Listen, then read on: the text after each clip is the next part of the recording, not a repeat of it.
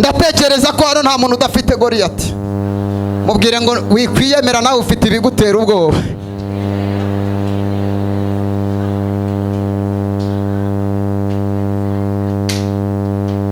Uyu mwana witwa Dawidi aturuka he? Iyi somye mu gitabo cy'ibisekuru, mu gitabo cya Matayo, usanga Aburahamu yarabyaye Isaka, Isaka akabyara Yakobo, Yakobo akabyara Yuda, Yuda yabyaye abana babiri harimo Peresi na Zera. Peresi yabyaye Nahasoni, Nahasoni abyara Ramu, Ramu abyara Aminadamu, Aminadamu abyara Nahashoni, Nahashoni abyara Salumoni, Salumoni abyara Bowazi, Bowazi abyara Obedi, Obedi abyara Yesaya, Yesaya abyara Dawidi, Dawidi avuka ari umwana wa karindwi kwa Yesaya, bamwohereza mu ishyamba, Imana imuhereza inkoni batabizi, kumbi bwari ubutwari bwa Imana izamutabarira. Wakomeye Imana amashyi yacu yo kaza. Hallelujah. Amafaranga yose watunga adafite Yesu ni umuruho. Ubukire bwose uzatunga butarimo Yesu ni amarira. Bene data, Yesu niwe wenyine utanga amahoro. Nta mwana w'umuntu waguhereza amahoro. Ntawe. Ari uwabyaye ararira, n'ingumba yabuze umwana ikarira. Utunze amafaranga ararira, n'uwaburaye ararira. Ikintu kiba cyiza ni ukuba ufite Yesu muri wowe. Uzarebe umuntu wikoreye igitebo cy'avoka hano Nyabugogo afite Yesu, abanezere wagira ngo avuye kurangura Dubai. Ariko umuntu wagiye Dubai adafite Yesu afite amarira n'agahinda karenda kumwica.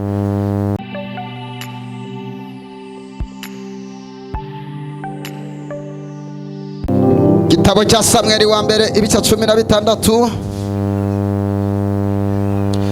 Samweli wa mbere ibice 17.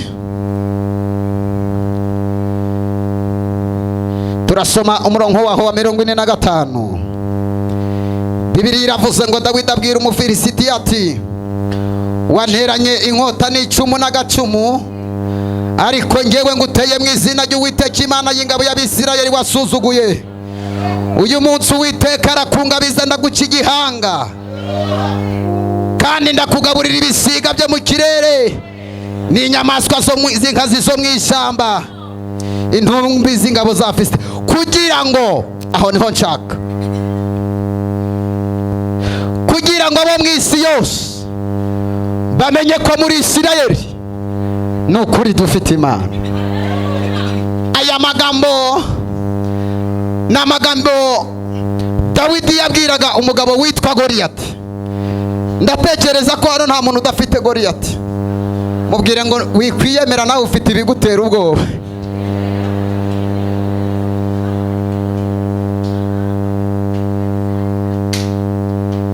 Uyu mwana witwa Dawidi aturuka he? Iyi somye mu gitabo cy'ibisekuru, mu gitabo cya Matayo, usanga Aburahamu yarabyaye Isaka, Isaka akabyara Yakobo, Yakobo akabyara Yuda, Yuda yabyaye abana babiri harimo Peresi na Zera. Peresi yabyaye Nahasoni, Nahasoni abyara Ramu, Ramu abyara Aminadamu, Aminadamu abyara Nahashoni, Nahashoni abyara Salumoni, Salumoni abyara Bowazi, Bowazi abyara Obedi, Obedi abyara Yesaya, Yesaya abyara Dawidi, Dawidi avuka ari umwana wa karindwi kwa Yesaya, bamwohereza mu ishyamba, Imana imuhereza inkoni batabizi, kumbi bwari ubutwari bwa Imana izamutabarira. Wakomeye Imana amashyi yacu yo kaza. Hallelujah. Umva ijambo mpishuriwe. Igikapu umwanza guhekesha kiba gipfunyitse mu mugambi w'Imana.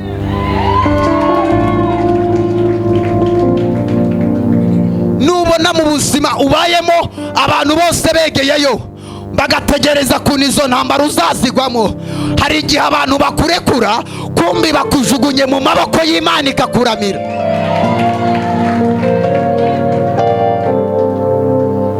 Katuganire ku mugabo witwa Dawidi tuvuga Imana, biturangiza dutahe.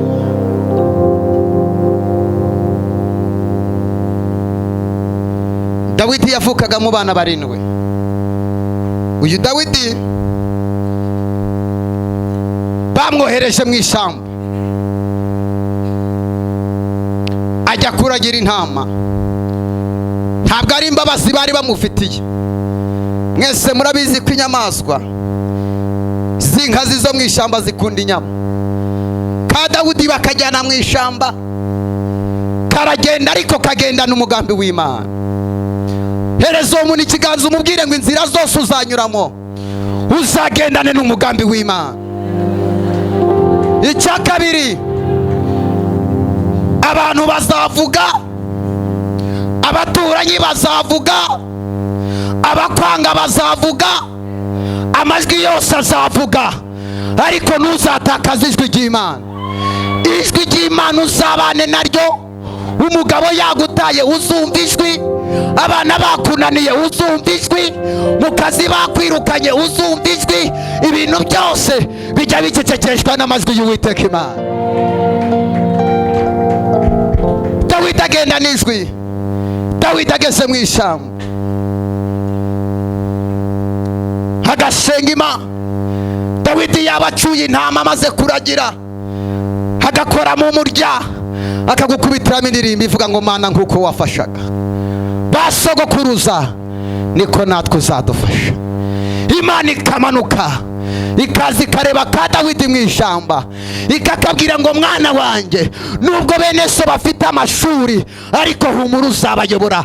Ndagira nkubwire iri jambo, nubwo ubona utagaragara mu maso y'Imana uri uw'agaciro.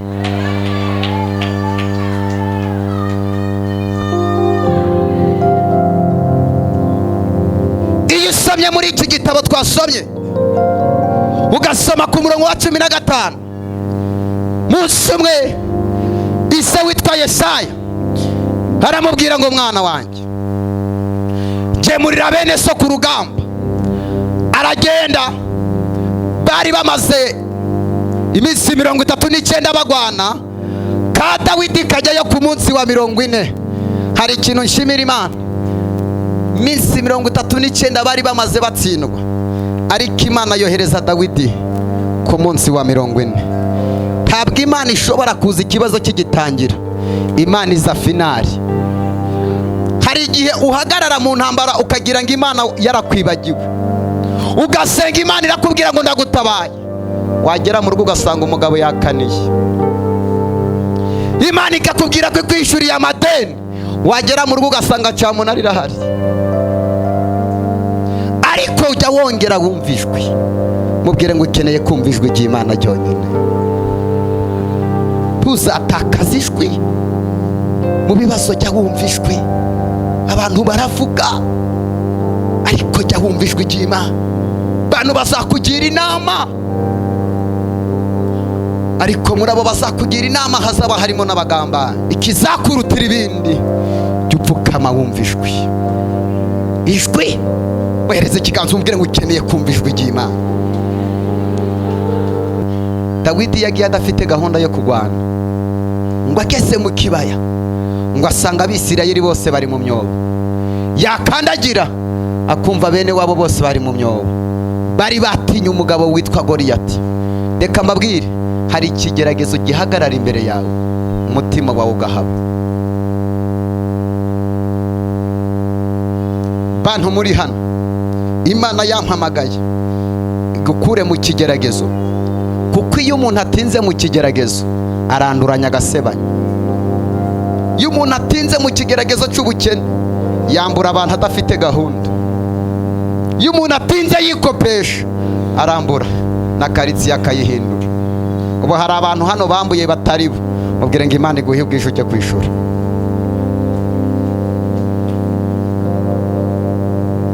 Hari igihe tuvuga ibintu abantu bakagira ngo twaguye. Iyo ukoreye Imana uri umukene, hari ukuri uvuga ko utuzuye.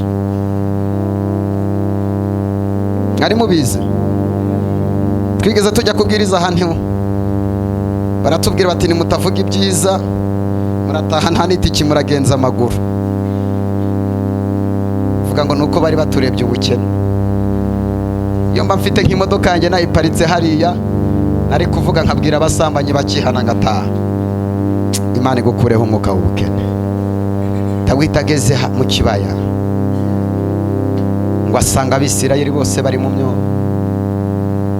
Umugabo witwa Bashama na Baminadamu, Dawidi arababwira ati ni kimwe cyatumye muhunga. Baramubwira ngo ceceka, wa Mufilisitiya witwa Goliyati arahaguruka aravuga ngo nsuzuguye Imana y'Abisirayeli bose n'ingabo z'Abisirayeli. Dawidi aravuga ngo uwo mugabo uhangaye gutuka Imana ninde? Mwene data, ntuzemere ko Imana itukwa muri karitsiye utuyemo. Mubwire ngo eri imbuto zikwiriye abihanye. Mubwire yari imbuto zikwiriye abihanye. Ni ikihe kintu cyatuma umuturanyi aza gusenga? Mubaze ngo ufite ubuhamya bwatuma abantu bagukurikira? Bimumarize. Urasenga ari kunywa inzoga, urasenga ari kujya mu bapfumu. N'ubuhe buhamya ufite bwatuma abantu bagukurikira? Dawidi abaza amakuru ya Goliyati. Dawidi abaza bagenzi be, arababwira ngo uyu Mufilisitiya yaba yaravuganye n'Imana? Baramubwira ngo nta Mana afite. Uyu Mufilisitiya afite amasezerano? Bati ntayo. Aravuga ngo niba ari icyo ngicyo, uyu Mufilisitiya ngiye kumubicira. Reba uwo muntu mu maso, umubwire ngo hari intambara uyu mwanya zigomba kuva imbere yawe.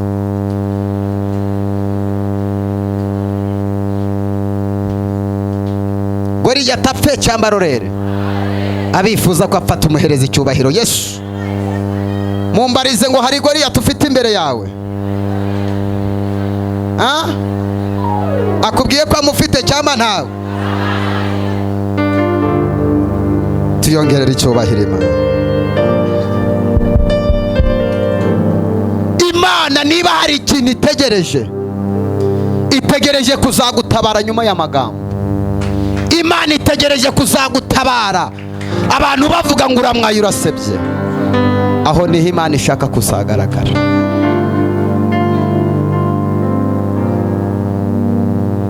Yewe nahagaze mu bigeragezo byinshi, ariko niba ari ikintu gituma nsinda intambara, ni ugusubiza amaso inyuma kareba aho Imana yankuye.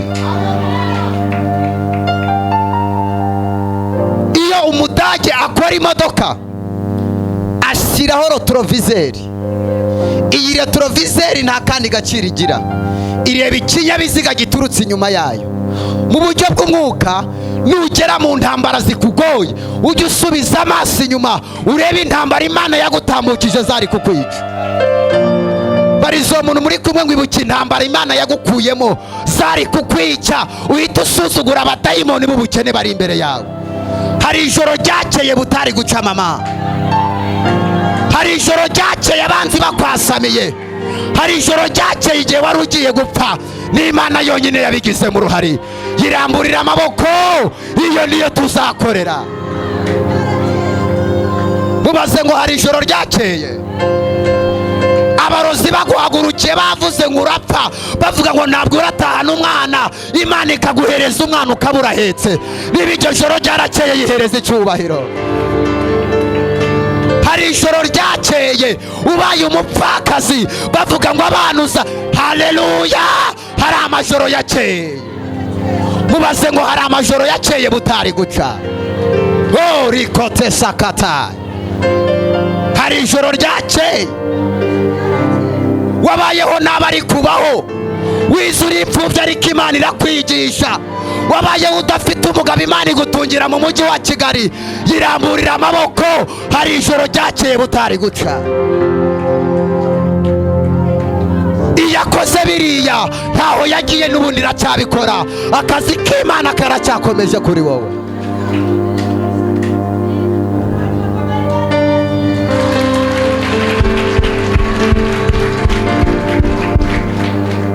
Yesu ari ku musaraba, Abayuda banditse hejuru baravuga ngo uyu ni umwami w'Abayuda.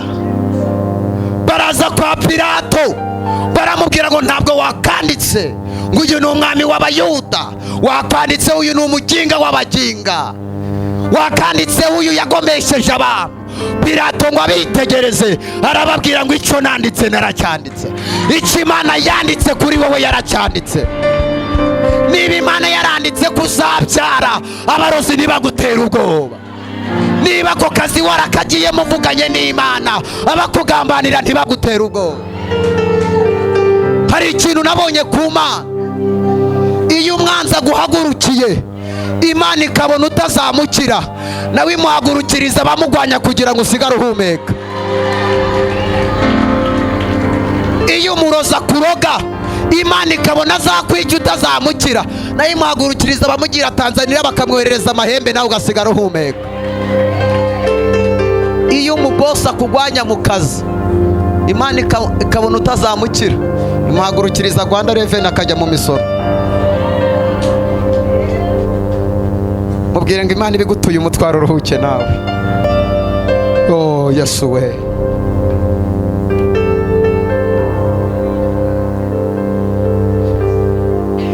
Muri telefone yawe ufite inshuti nyinshi, ariko zimwe muri zo ntacyo zikumariye.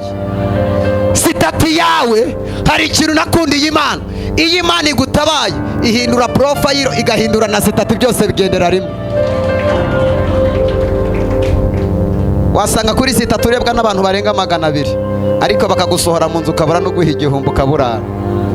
Mubaze ngo izo nshuti zikumariye iki?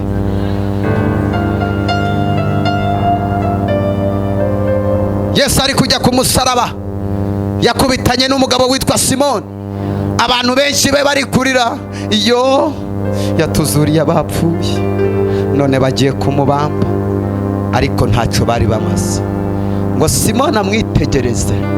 Simoni utarasenganye nawe ngo yitegereze Yesu, aravuga ngo ntabwo narira nk'uko bari abari kurira. Arabona umusaraba ureme.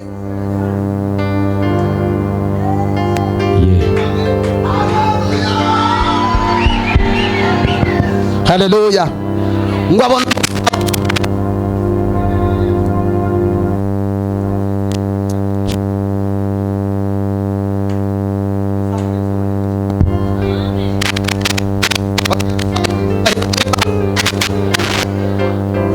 haleluya. Twongere uzamure haleluya. Twongere tuzamure haleluya. Umva ngo Simoni ngo yitegereze Yesu, aravuga ngo ntabwo narira kuko abantu bari kurira. Ngo afata umusaraba awikoreza Yesu, aramubwira ngo nitugere igorogota urigwariza, ariko nakuruhuye. Nshaka kuvuga iki?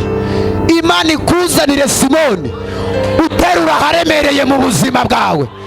Imana ikuzanire Simoni ugutura uwo mutwaro wikoreye. Hari abakeneye Simoni. Imana ikuzanire Simoni mama. Imana ikuzanire umuntu umenya amarira yawe. Imana ikuzanire umuntu umenya agahinda kawe. Imana ikuzanire umuntu utakumvira ubusa. Benshi ufite bakumviye ubusa. Simoni akuzire.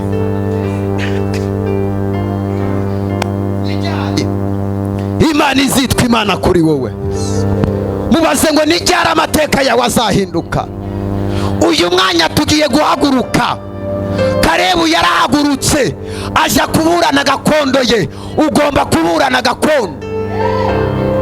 Gakondo ni umugabane w'abantu bubaha Imana. Ntabwo guhora mu bukode wirirwa wimuka ari umugabane wawe. Imana igomba kuguhereza inzu nk'abantu. Mubwire ngo Imana iguhereze gakondo. Imana iguhe gakondo y'akazi. Imana iguhe gakondo y'urugo. Keta ya site Imana. Abantu benshi hano baragwaye. Abagwaye indwara bazamura ibiganza. Mwese ndabona mugwaye. Kubera iki mugwaye?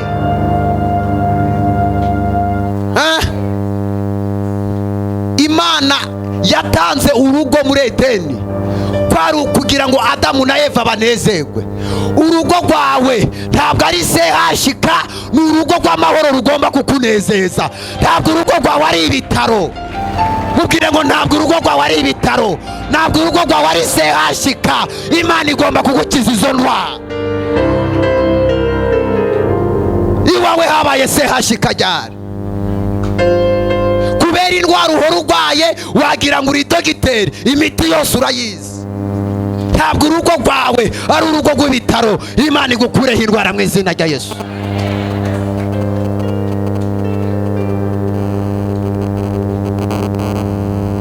Mbega abantu Imana iri kunyereka.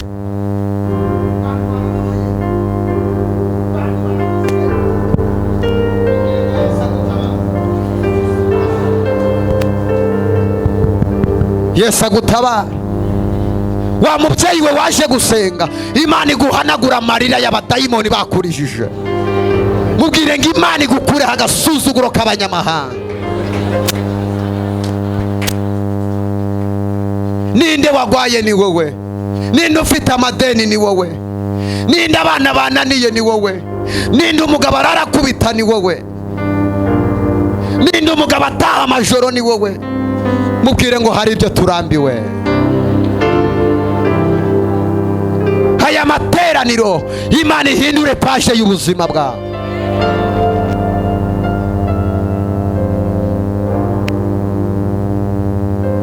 Iki kintu iyi Imana igutuye umutwaro,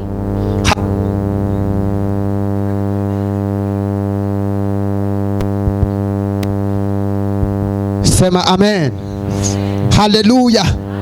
Iyi Imana igutuye umutwaro, hari undi ubugiye kuwikorera. Hari abantu bakeneye akazi bari hano, bazamura ibiganza. Akazi ukeneye nta muntu utakarimo. Hari abantu Imana yemereye amazu mu mujyi wa Kigali, namwe muzamura ibiganza. Wibutse ko mu mujyi wa Kigali nta kibanza kidafite ugituyemo, nta n'inzu ifite ubutayiparujweho. Akazi ukeneye hari abakicayemo. Mumbarize ngo none ibyo ukeneye bizava he? Bizava he? Umva kuntu Imana yabwiye Kuro, yaramubwiye ngo nzakenyuruza abami kugira ugire guterata ukenyere. Hari abantu Imana igomba kwimurira ikibungo ugatura mu mujyi wa Kigali kuko wavuganye n'Imana. Nzakenyuruza abami. Hari abantu basenga bagasenga bari gukanga Imana. Mana nutabikora urabutwitwa Imana, urampemukiye. Uwakugira ngewe ukareba ibibazo mfite, ariko wavuye. Umugabo umwe w'umunyamurenge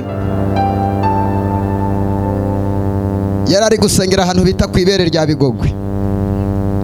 Yari afite ibibazo bimurenze, arangije arazinduka kare karabwira Imana ngo Mana, waravuze ngo dutere intambwe imwe, uzatera intambwe 99 dusanga. None ngewe nteye intambwe imwe, aho kunsanga ndabona uri kumpunga. Mubwire ngo byari bimukomereye. Hari igihe ibibazo bigukomerera mama. Hari igihe uhagarara mu kigeragezo n'umwana wabyaye akakunanira. Hari igihe uhagarara mu kigeragezo umuntu wese akagufataho ijambo, ugira ngo abantu baragukunze. Ntabwo bagukunze, bakunze ikofi yawe. Mubwire ngo suko bagukunze, bakunze icyo ufite. Munsi cyakuvuyeho nibwo uzamenya abantu.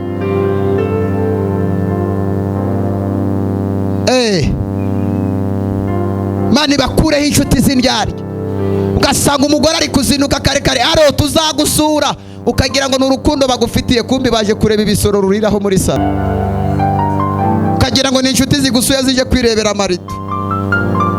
Ukagira ngo bati yewe burya twamubonaga ari mu nzira agenda byaramucanze, iwe nta kigenda. Mubwire ngo inshuti utatumiye ntizakugarukira iwawe.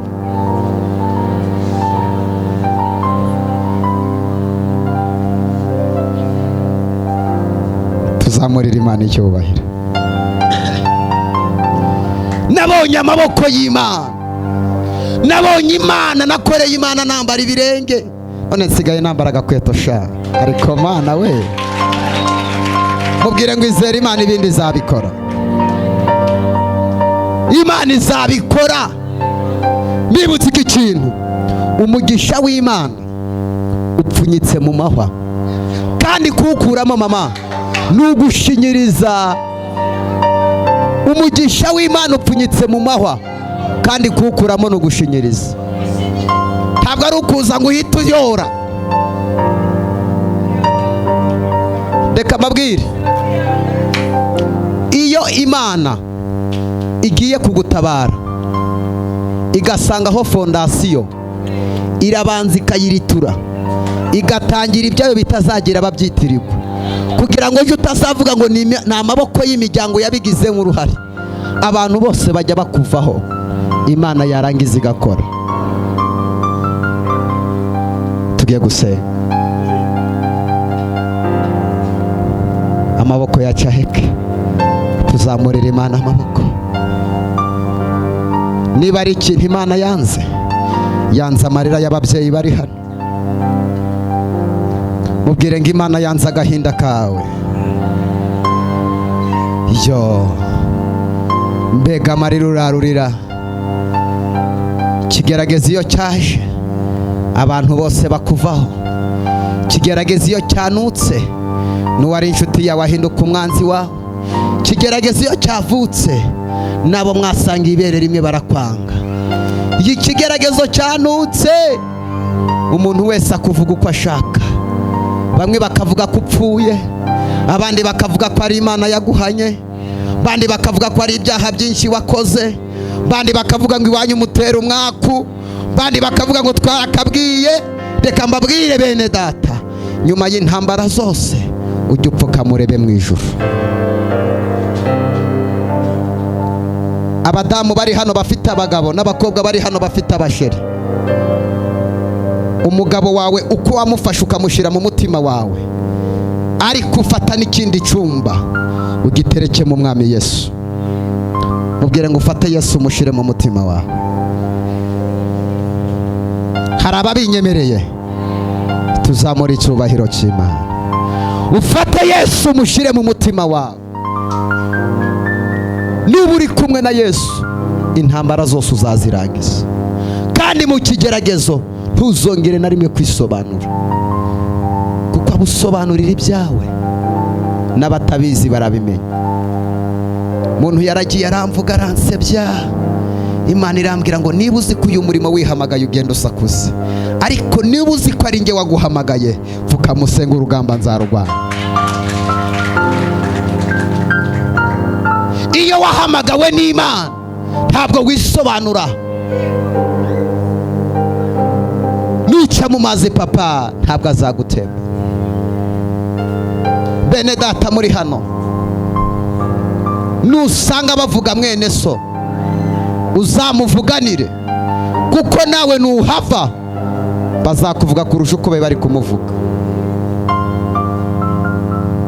Hanyuma munyeganyeze umubwire ngo nyigireho inshuti, kuko ejo haje ni heza. Mwigireho inshuti kuko ejo he ni heza.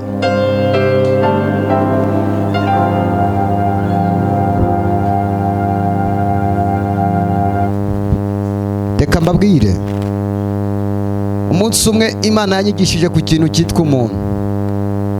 Ikintu cyitwa iki?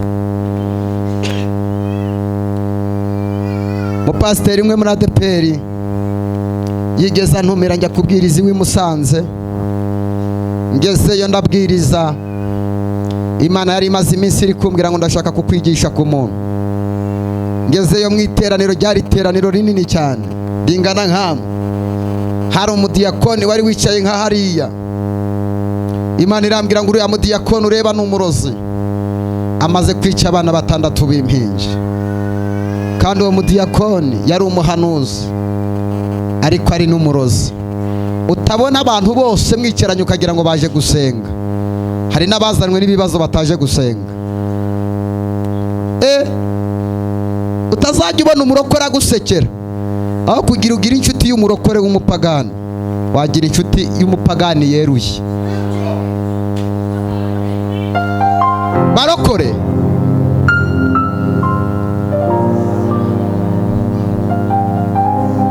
yo murokore araza akakubwira ati mama reka dupfukame dusenge. ibibazo byawe n'ibyangerega hajya byagenze gute sha umugabo yarayankubise ayiwe ziranyisha inkoni ati dusenge ati hajya amadeni bigenze gute utibarinda guteza cyamunara ntiwareba mama deni kadupfukame dusenge akakubwira ati dusenge agapfukama mu izina rya Yesu ndacinarariza abasimu b'ubukene abasimu bo gukubitwa amadeni ndayirukanye agasenga ibimwira bikamanuka akagufasha kurira ukagira ngo ari kurira reka mutandukane mukanyase usanga karitsiye yose yo nukumubona kuri yarara kubitwa reka kumve kandi mwahoze musengana ari kurira hari ikintu nabonye iyo Imana igiye kugutabara hari igihe idakoresha abarokore igakoresha n'abapagani tuzamurira Imana icyubahiro umugabo ndabwiriza imusanze umudamu ndangishe ndamubwira nti mama ngwino wihane Imana irambwiye ngo umaze kwica abana 6 upfuka musenge ngo usabire Imana imbabazi umugore aho kuza ngo yihane abahanuzi be bari mu iteraniro bose bahise bavuga ati karakana kavangiwe ukuntu uriya mubyeyi ahanura ukuntu yuzura umwuka yo wari uzi ko hari igihe tugusengera Imana ikagukiza uburozi ukaba ugendana n'umurozi uzi ngo ni umunyamasengesho uburozi ukaburuka muri hano mwagera mu rugo akakuzanira agakoma ngo aje kukondora kumba kuzaniye ubundi bukwica ibyo mwari mubizi umugore maze kumubwira ngo ni umurozi aho kugira ngo aze yihane yagiye kunzanira abapolisi atukavuga aho uburozi buri abapolisi barinjira mu iteraniro nk'abantu mwe narakubiswe gucya mu ndebe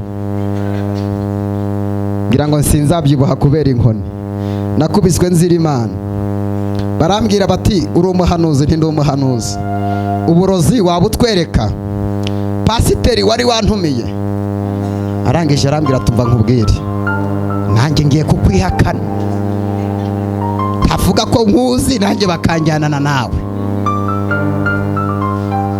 wabivugira gici uceceka tiko ari Imana yabimbwiye ati wowe n'Imana yawe mwigwarize nubura ubwenge Imana izagira gute bati tugende barambwira ati uburozi wabutwereka ku mutima nihagaraho ntindabubereka ariko nari ndi kuvuga nti ningera hanze ndafatiraho niruki niyo yari gahunda turasohoka abahanuzi bamwe bagahanura ka twarabivuze abahanuzi bo muri iyi minsi b'abasore yaravangiwe reka kumve reka kamwari mubwire ngo wagendanye n'abantu bameze bati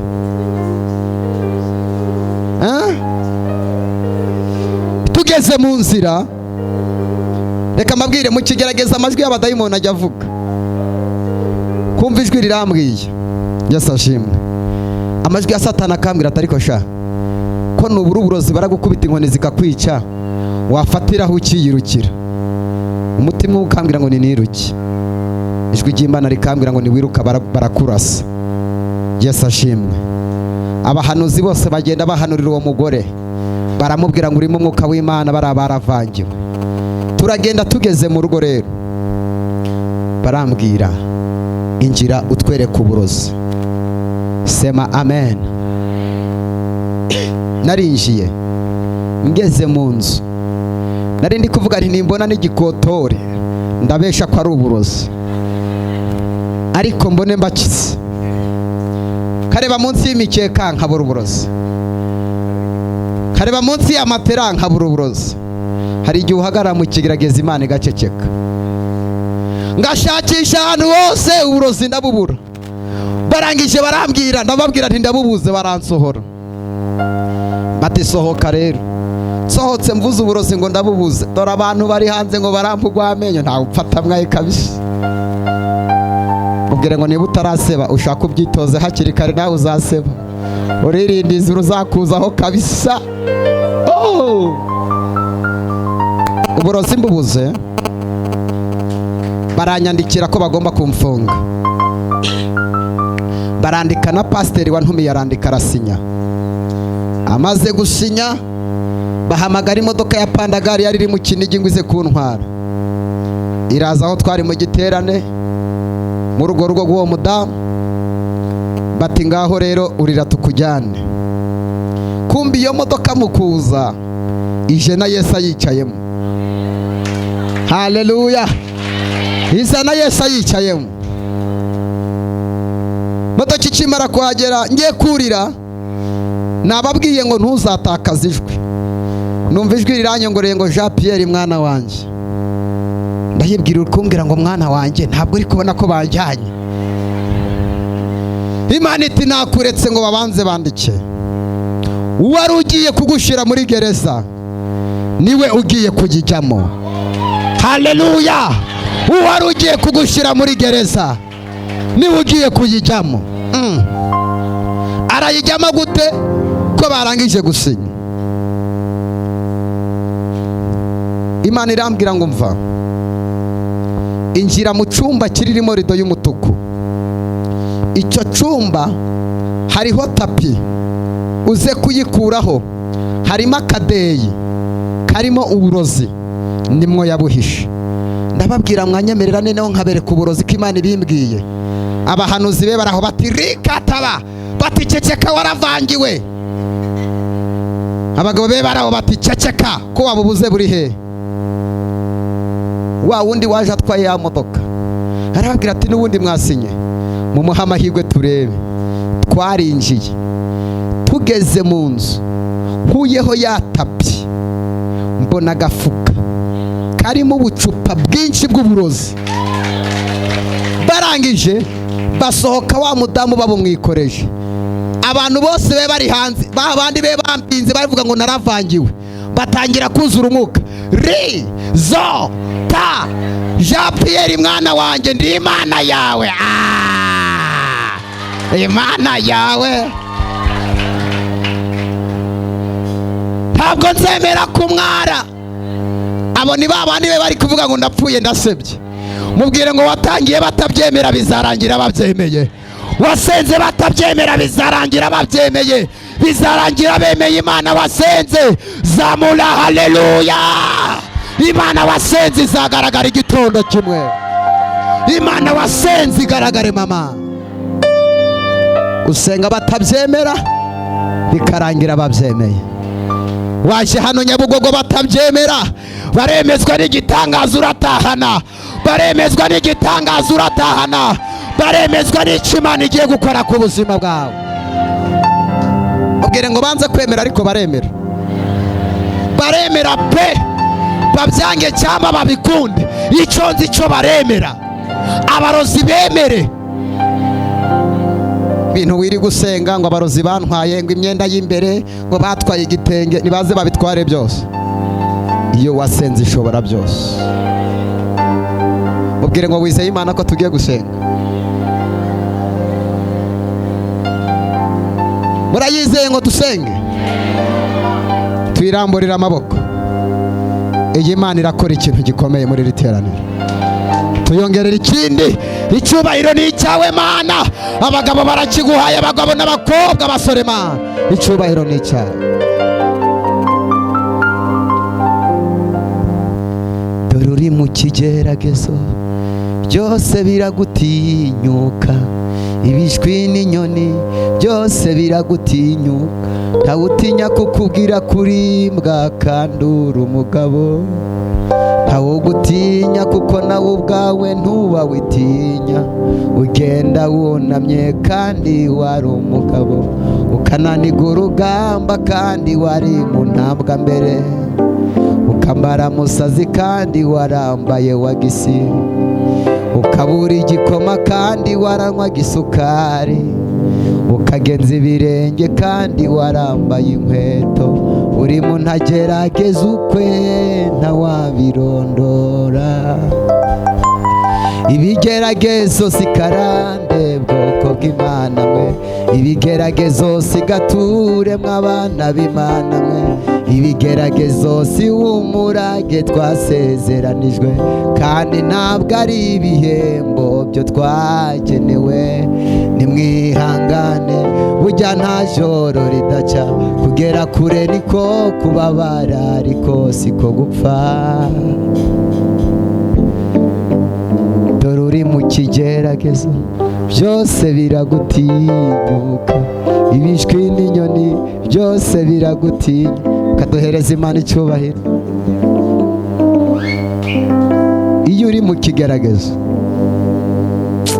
haye Imana icyubahiro. Imana irambwiye ngo mbwire buri muntu wese uri muri iri teraniro, buretse kwiheba icyo Imana yakuvuzeho gishitse mu marembo ngo gisohore. Buretse kwiheba, buretse kwiheba, buretse kuvuza induru, hari umunsi bugiye guca. Ngiye gusenga Imana. Sema amen. Imana igikora finali. Imana iteza ikigerageza igiye gutegurira igisubizo. Muri izo ntambara niho harimo igisubizo cy'Imana. Murimo muranyumva? Sinabahaye ubuhamya ukuntu nagiye kubwiriza Gwempasha mfite moto ngahura n'abapolisi bakayinyaka. Ababizi ni bande? Yesu ashimwe. Nagiye kubwiriza ahantu bita Gwimiyaga. Umuntu yaranyihereye akamoto arambwira ati nawe jya ukagendaho kuko wavuze Imana. Njya kubwiriza Gwimiyaga, ndabwiriza abantu barafashwe indwara zirakira. Nari mfite amafaranga 600, icyo gihe esansi kaguraga gace 600. Mva mu giterane batangaburiye n'amafaranga nari mfite nyagura esansi. Ngenda ndi vide. Imana irambwira ngo mwana wanjye ndakugaburira ugeze mu nzira. Niba ari ikintu kibabaje umuvugabutumwa wabwirije agatahana inzara abafite abadayimoni nk'igihumbi. Mujye mwihangana mugaburire, nutumira umukozi w'Imana wawe uzamugaburire. Gusa njye nafashe icyemezo nta muntu uzantumiriwe ngo ujye kumusengera. Ni ukuri kw'Imana ye, kubera ko iyo abakozi b'Imana baje iwawe akarya inkoko n'inyama akarya neza, ntabwo yakubwira ngo urapfuye. Arakubwira ati iragutabaye, yagera mu rugo akakubwira ati bugira guhitanye, ariko burya nabuze uko mbikubwira kuko inkoko yari ikindimo. Sema amen. Ndataha ndi kuri moto, nta perime nari mfite, nta n'ibyangombwa bya moto nari nyifite, ariko icyo gihe nari nambaye neza. Mubwira ngo ujye wambara neza binaniza abadayimoni. Bwira ngo ujye wambara neza cyore Imana ni gutabara. Yo ucyo ugenda muri salon de coiffure, hari amasara azi gukora neza, agatsatsi kawe bagende bagahengekera iruhande. Ugende hariya mu mujyi ugura agasakame k'ibihumbi 50, hari uburyo bagafatira muri 80, pana kugafata nk'abasivile gutya mu ntoki, ugafatira muri 80 nk'umugore ufite umugabo wamuteye inda uzwi muri leta. We wari wabona umugore ufite umugabo afite inda atariyo hakujya muri sisitemu, afite bamufasha, agenda amufasha akaboko, agenda nyine nk'umuntu ufite umugabo wiwe, gafatire muri 80.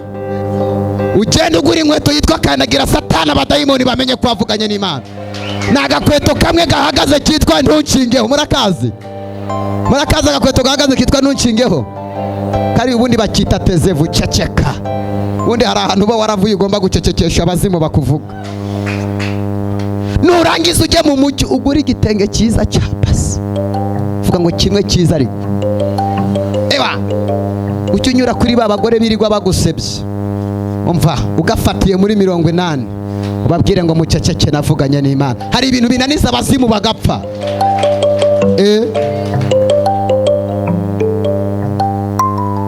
Ngeze Nyagatare mu mujyi, hari abantu bazi muri rompuwe cyangwa se hari ahantu babatemere kunyura, ngewe nyura muri sanse nike kuko sinarize amategeko y'umuhanda. Hageze bampasanzemo abapolisi 2. Abapolisi muri hano ndabashuhuje, namwe Imana ibahe umugisha. Nabonye inshuti zanjye zari inyuma, Imana iduhana umugisha. Ndangije abapolisi barampagarika batizana perime. Afande ko ntayo mfite, uvuye hehe? Ntimvuye kubwiriza. Arandeba arehera hasi ageza hejuru, atariko sha uretse kuri umutekamutwe uvuye kubwiriza? Ndamubwira ntimvuye kubwiriza. Uvuye kubwiriza? Ntimvuye kubwiriza. Anyandikira sa perime, yandika n'utundi dukosa, ahagarara mu 1,000.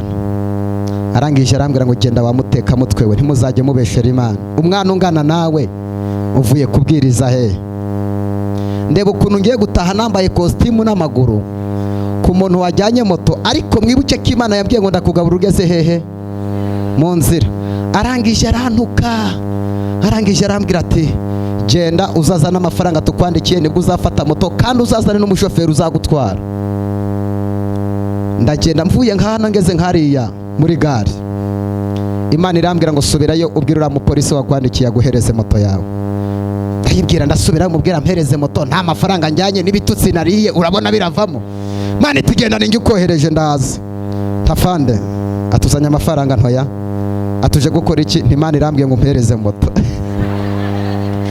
Yarandebye ahera hasi agaze hejuru, arongera Imana irongera ngo mubwira guhereze moto. Nabwira irongera irambwiye ngo mpereza moto. Akajya arareba ku matwi atiri kuvugira hehe sha. Bibiliya ivuga ngo hari ibyahishwe abanyabwenge bisobanurirwa abaswa, kugira ngo hato hatagira birata ubwenge bwabo. Birambwiye mpereza moto. Akande uwo be bari kumwe aramubwira ati cyane wasanga cyane arasaza, gifita huko abadayimoni. Mbona akuye y'amapingu ati katujye kugifunga. Akuye y'amapingu mpita mvuga wa Mana we, wasanga unyoheje bakamfunga wakwigendera aricyo byantwara. Ngisubira inyuma, Imana irambwira ngo mubwira guhereze moto. Namubwira ntirege irambwiye mpereza moto. Agikura y'amapingu, Imana irambwira ngo ukuye y'amapingu ni nawe wanyandikiye. Irambwira ngo afite umugore witwa Nonsiyata. Uwo mugore witwa Nonsiyata ari muri CHK mu bitaro, bagiye kumubaga ibibyimba 2 mu nda. Ibintu ni 2, mubwira guhereze moto utahe cyangwa babaga umugore wawe kwiseta. Ndamubwira ntafande, Imana irambwiye ngo ufite umugore witwa Nonsiyata. Witwa ndesha Nonsiyata? None irambwiye ngo bagiye kumubaga ibibyimba mu nda, urampa moto ntahe cyangwa babaga umugore wawe apfa. Umugabo be bari kumwe ati koko se yitwa Nonsiyata? Ati yego. None se bagiye kumubaga? Ati singizi message yahoze arambwira ati mugabo wanjye bagiye kumbaga ibibyimba. Ahita amubwira ati reka nkubwire, iki cyane utacyitondeye cyagutera umwako. Ahubwo wowe iki cyane wasaga gifite amakuru menshi, katugikure muri uyu muhanda kijye kuduhereza amakuru yehe mazima. Baba banjyanye kuri hoteli yitwa Diplomate. Bati nise none mukozi w'Imana umfasha ya none mukozi w'Imana. Uwari umutekamutwe avuyemo umukozi w'iki? Bati si none mukozi w'Imana ikarama. Ni Imana ibikubwiye? Nti yego. None se baguhereza iki? Nti hariho agakoko. Mubwire ngo Imana ni gutabara uzisobanukirwe mu izina rya Yesu. Imana ni gutabara uziha agaciro mu izina rya Yesu. Hariho agakoko? Nti yego. Bati bakaguhereza. Umva narayiriye nubwo ntabyibusha ariko narayihamije.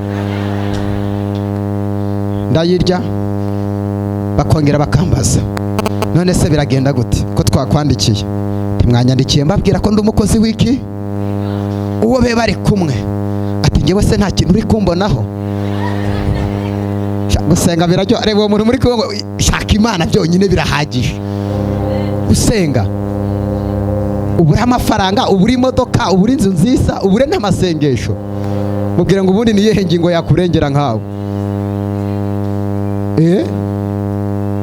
Uwo be bari kumwe Imana irambwira ngo yari afite misiyo yo kujya hanze, bamusangamo hepatite, umwijima.